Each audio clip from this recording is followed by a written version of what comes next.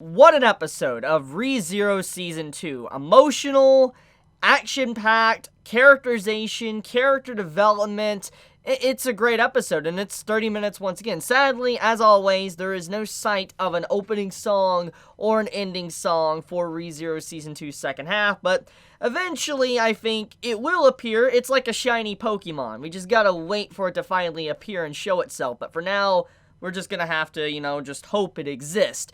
But anyways, let's get right into it. So, I kind of want to talk about Juice, because he is someone I think many are gonna gravitate towards in terms of what happened in the previous episode. Finding out that he was actually a calm guy, relatively sane, wasn't crazy, and after everything we know of, Sloth from Season 1, seeing him like he was in the previous episode probably raised a lot of questions for many. And we get to see a continuation of that within this episode, and also what potentially is starting the downward spiral of Juice into Sloth that Subaru eventually encounters in Season 1 of ReZero. So let's get into it. So we could see that Sloth was entrusted with some form of box. It was covered in like a dark look, it was like black paint, and basically he said he was entrusted with this box by Flugel. And Flugel was mentioned a long time ago within the story of ReZero. To kind of refreshen you, to make sure we're all on the same page,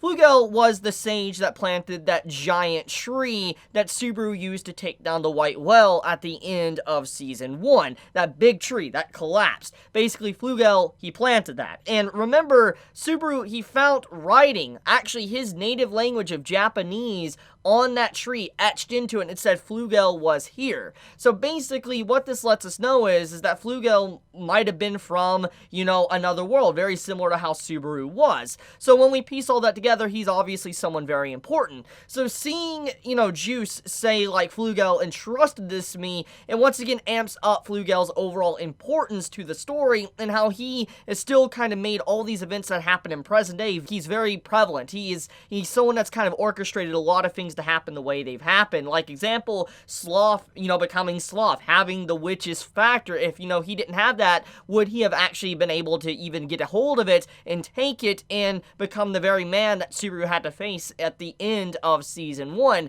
So when you really think about everything, Flugel is an incredibly important figure that's behind the scenes in the shadows of ReZero. So a big important piece of dialogue that was kind of thrown out there by Juice in this episode. But let's go deeper into it. So once he opens up this mysterious black box that was given to him, it reveals this substance, this dark oozing mass that obviously looks like the unseen hand. And we saw this kind of demonstrated inside of Subaru in the previous episodes, where he felt like the squirming thing near his soul itself, and we knew it was the unseen hand coming out.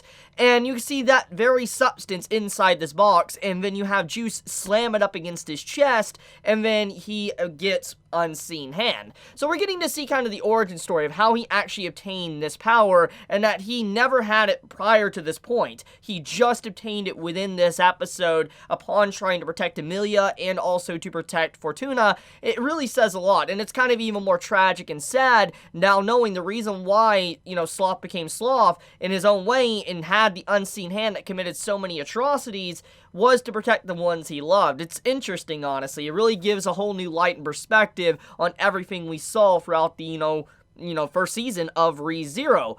But okay, anyways, Sloth obviously is paying a price. He is someone that is having this major burden and price weighted on him. You see blood coming out of his eyes. You see how he literally looks like he's in pain, continuously in pain. And you see how Regulus and also Pandora say, oh, you are not paying for it. Your body is not ready for it. Even, Juice himself says, it's like, my body cannot handle this. Or, I wasn't properly trained to handle this. I wasn't, entrusted with this to be able to use it. But if there was any time to use it, it would be now. And basically lets us know that the witch's factor does have compatibility with certain individuals. And it doesn't always mean that's compatible with every individual. It just depends. Which could explain a lot with what is going on with Subaru.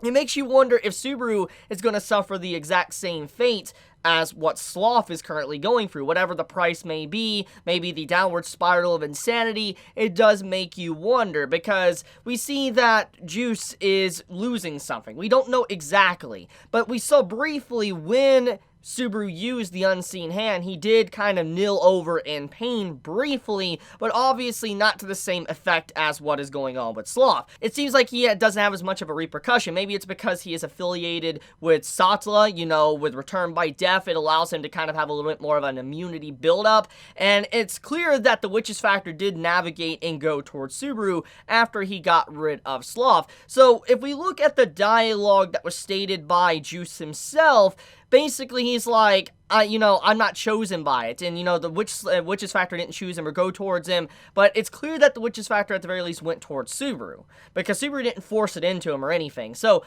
that is a very big, crucial detail with this episode of ReZero, letting us see kind of the differences of maybe forcing the Witch's Factor within you, and also if it just goes towards you passively and acclimates to, your body. So yeah, we get to see a fight between two Archbishops, and it's kind of interesting, honestly, just seeing how Regulus actually knows Sloth. Like, you could see by the way they communicate with each other towards the beginning of the fight that they do know each other, that they're fully acquainted, and it seems like they have their own different perspectives on how probably the witch's cult needs to be handled, because you see where Sloth's like, there's rules in place. If you really wanted to do this or come here, you could have, went to the church and talked about it, and then Regulus like, well, why would I do that and all that? You put those rules in place and all that, why would I have to listen to them? It really shows that there is not complete unity between, the witch's cult members, especially from that little scene alone. Now, this obviously can change with time, because, we know what happens to Juice. He becomes Sloth, he becomes something very crazy and madman-like, so maybe he falls more in line with Regulus as time went on, but at the very least, at least 100 years ago, it doesn't seem like the witch's cult is fully organized. There is individuals that are against each other, like Regulus and Sloth seem to be at odds with each other continuously. So that's a fascinating little detail to think about. But when we get into the fight, we know how powerful Sloth is. Unseen Hand is ridiculous. He devastated so many individuals with that ability throughout Season 1, gave Subaru so much trouble, so we know how strong the Unseen Hand is. But then, you see it pitted up against Regulus, and it doesn't do anything. You just see Regulus standing there like a brick wall. He's not even getting injured. Like, when he gets smacked in the face, he just, moves himself back and all that, like he didn't feel any pain whatsoever. You saw no blood drawn, nothing. The man just seemed like a literal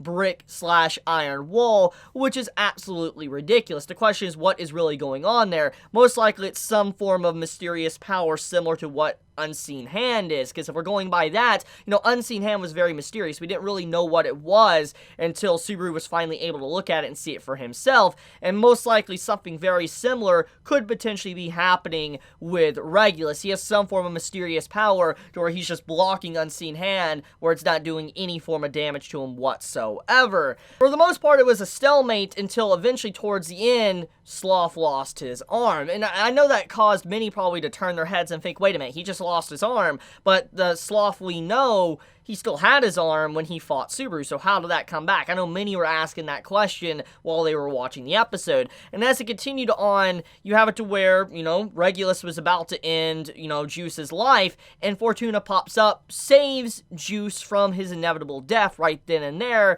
and it makes you wonder really how much things would have been different or changed if he would have died there. Like, how much issues would Subaru have had to overcome in Season 1 if Sloth actually was there? It's a question to think about, like a what if, honestly, about this whole ordeal. The point is that you see the mysterious individual, that is the first time we've ever seen her, Pandora, say, Regulus, look, I don't want those two to die.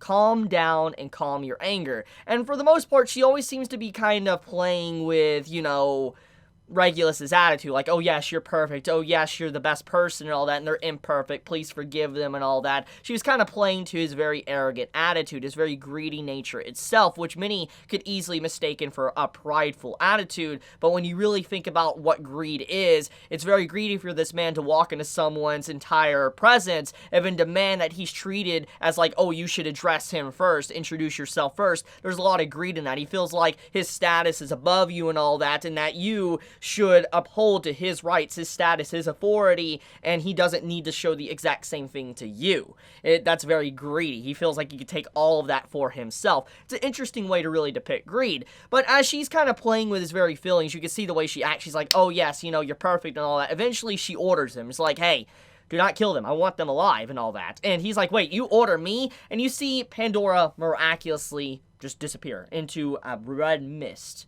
You see whatever Regulus did obliterated her, which is just absolutely scary. Something very unseen, but she was gone. And in the next moment, she reappears, slams Regulus into the ground, and then says, look, I can deal with your attitude, your outburst, your rash nature, but, you know, at this point, I need you not to kill them. And she's like, fine, if you're not going to back down, I will do it myself. And so she says the words, Regulus was not here on this day. He was back at his mansion with his wives. And then all of a sudden, he just disappears. All of the damage, all of the ruined, you know, trees or anything that was around was just completely gone. Everything was reset in that moment. And then all of a sudden, Sloth realizes he has his arm again. And we can briefly see from this little depiction what most likely this mysterious individual is about. Pandora, the Witch of Vanity itself. It does raise a lot of eyebrows, because we always thought there was only the witches of the 7 sins. But now knowing that there's potentially another witch, a Witch of Vanity, it opens the door up for more witches that have been in hiding for a very long time. I mean, when you really think about it, Amelia is kind of clarified as a witch herself, the Witch of a Frozen Forest, so it could be a very similar circumstance to that. But anyways, Pandora, she obviously has this mysterious power. This power to undo things with her very words. There obviously can be a lot more to that. For instance, maybe there's more, I guess, rules and regulations to how she has to state these things, but overall, from what it appears to be, she can literally rewrite things in the very reality itself. So, like, for instance, reality can be whatever she wants it to be. Yes, the Thanos reference. So, it's interesting to think about. She literally had Regulus come there to achieve a purpose of kind of getting there and having whatever happened with Sloth or whatever was going on, and then just had him disappear, and like his presence was never there to begin with. It's kind of messed up, honestly, but it shows just her level of power. You see, you know, Sloth struggling up against greed, and there's like a stalemate between them, but then Pandora comes in and just like, you know, be gone, and she's just back, and she might have some version of maybe Return by Death too, who really knows, but she did come back from some form of, you know, miraculous means, which we have no idea. And she didn't die just once, she died twice. We even saw Fortuna instantly attack her, and that's how we know her name is Pandora. As soon as the episode began and she appeared, Fortuna attacked her and obliterated her, and then she came back like there was no wounds, everything was A-okay. So she's obviously able to heal miraculously, or she has some form of ability to kind of revert death itself, like Return by Death. Something else is really going on there. But yeah, I mean, it's kind of crazy, honestly. I mean, it makes you wonder what kind of connection does Pandora have to, you know, Amelia's mother and father, you know, potentially to the other witches. Who is Pandora? We have never heard about this individual whatsoever, and for this individual to be with the witch's cult, it raises a lot of eyebrows. Is this like the witch that they potentially serve, since it's called the witch's cult? Were we mistaken? Were they really serving Satala this entire time? Are they still serving Satala, and maybe this witch is someone else that we're completely unaware of, unaffiliated entirely with Satala? Who really knows? But, yeah, it's a really good episode. I mean, we got more information on the Black Serpent popping up, like a brief little showcasing of it with Archie and how he gets afflicted with a cut on his leg, and he instantly has to get rid of it, or his body will continue to get diseased and, you know, he will die. But obviously, even removing the wound wasn't able to stop it, and it slowly spread through his very body, and we could probably guess what happened to him in the end. But the Black Serpent is there, so we now know that Amelia is affiliated not just with Regulus, the witch's cult, and Pandora, but she's also affiliated with the Black Serpent, one of the other main trio mob beasts. We know of, you know, the White Whale, which Subaru defeated, the White Rabbit, which, you know, Subaru's trying to defeat at this point, and now we have the Black Serpent that is in the past of Amelia, so this kind of gives a little bit more insight to maybe what was going on in that forest in the Frozen Bonds OVA, if you actually watched it. But okay, I think overall, besides that, the last thing to really get into before I wrap up this video, so we learned that Beatrice Beatrice has been around, obviously, for 400 plus years, and the original Ruzu knows Beatrice, and they used to be best buds from what it looks like. Before everything went really bad and sour, they used to be buds, they used to hang out, they used to do laundry together, read books together. Beatrice actually had a friend. She seems like a completely different person to the one we actually know at this point in time. She's someone that shuts herself into a library, doesn't want to leave.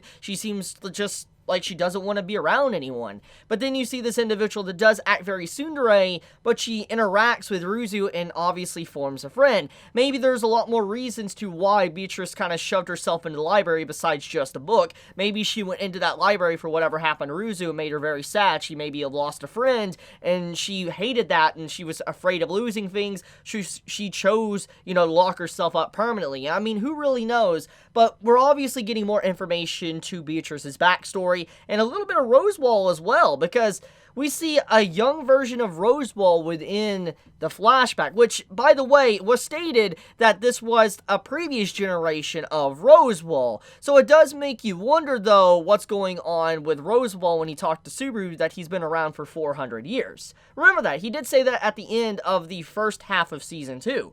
That Rosewall's been living for 400 years, alongside of Beatrice. So the question is, what's going on there? So if that really is a previous generation Rosewall, and not the Rosewall we know, what's going on with our Rosewall? Why has he been around for 400 years? Questions. See, a lot of questions, piling up on each other. But, yeah, I guess one of the last things that do need to be dived into, though, is definitely the scene with Fortuna saying basically goodbye to Amelia with a promise. And there is definitely some hints that maybe Fortuna could potentially be Puck in some shape or form, because the only person we've ever seen call Amelia Leah is Puck. And now Fortuna says the exact same thing in her final lines between Amelia and her. So it makes you wonder, is Puck somehow a reincarnation of Fortuna? Especially with that dialogue, or is that just a, trying to throw us off from what's really going on? But anyways, I love you guys. You have a wonderful day or night wherever you live. If you enjoy my content, please subscribe. If you like this video, please leave a like. And if you want to get notified for whenever I upload a video, please click the bell icon down below. And with that, Chibi out.